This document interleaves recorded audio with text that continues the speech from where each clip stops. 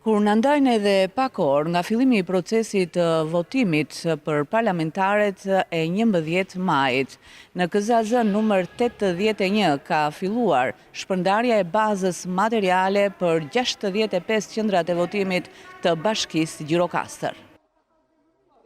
Gjithë procesi është duke ecur në mënyrë të rregullt dhe sa më shpejt nga ana jonë, duke qenë që deri në orën 16:00 të mbasdites duhet të kemi përfunduar me shpërndarjen e materialeve.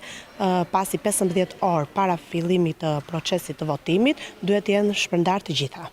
Shpërndarja u bë sipas numrit rendor të qendrave të votimit. Sekretarja e KZAZ-s 81 Bashkia Gjirokastër thotë se rrisi në këtë zgjedhje është tërheqja e pajisjes PEI nga përfaqësuesit e qendrave të votimit dhe jo nga operatori. KZAZ-ja 81 vendosi shpërndarjen e materialeve sipas numrit rendor të qendrave të votimit, duke filluar nga 4223, e cila është qendër votimi në njësinë administrative CEPO. Një risi në këtë zgjedhje është se pajisja PEI dhe kamera do të rriqen nga kryetari dhe nga sekretari i qendrës së votimit dhe jo nga operatori i kësaj pajisje. Operatori do paraqitet vetëm ditën e votimit në mëngjes.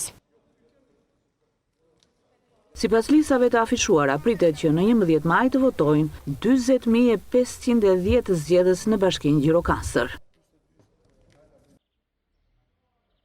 I vendosur në palestrën e shkollës Hoteleri Turizëm Antoni Athanas, Komisioni Zonal i Administrimit të Zgjedhjeve numër 91 është kujdesur ditën e sotme për shpërndarjen e materialeve të votimit. Ky proces ka nisur prej orës 8 të mëngjesit sipas një grafiku, i cili sipas kreut Elvis Kuci është prishur nga drejtuesit e qendrave të votimit dhe vazhdohet për çdo që është i pranishëm. Nga ana e KZAZ-s tonë është përpiluar një program që në mënyrë që të ketë një eficiencë në shpërndarje dhe komisionerët të mos kenë përmbasin durimin në pritje dhe të ketë një sistem më të rregullt për këtë shpërndarje. Pra po ecni mirë.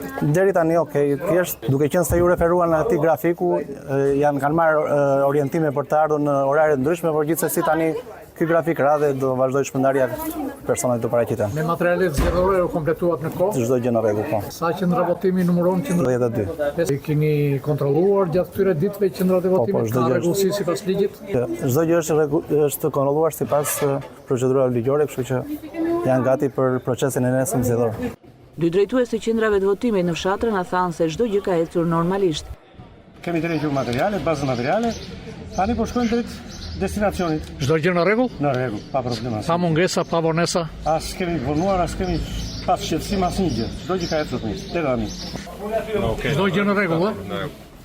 Të pranishëm ishin edhe vëzhgues të OSBE Odir. Në KZAZ 91 në Saran do të votohet në 52 qendra votimi dhe janë regjistruar 47.600 zgjedhës, ndërkohë që këtij numri shtohen edhe 2.700 zgjedhës të regjistruar nga diaspora e Bashkisë Saran.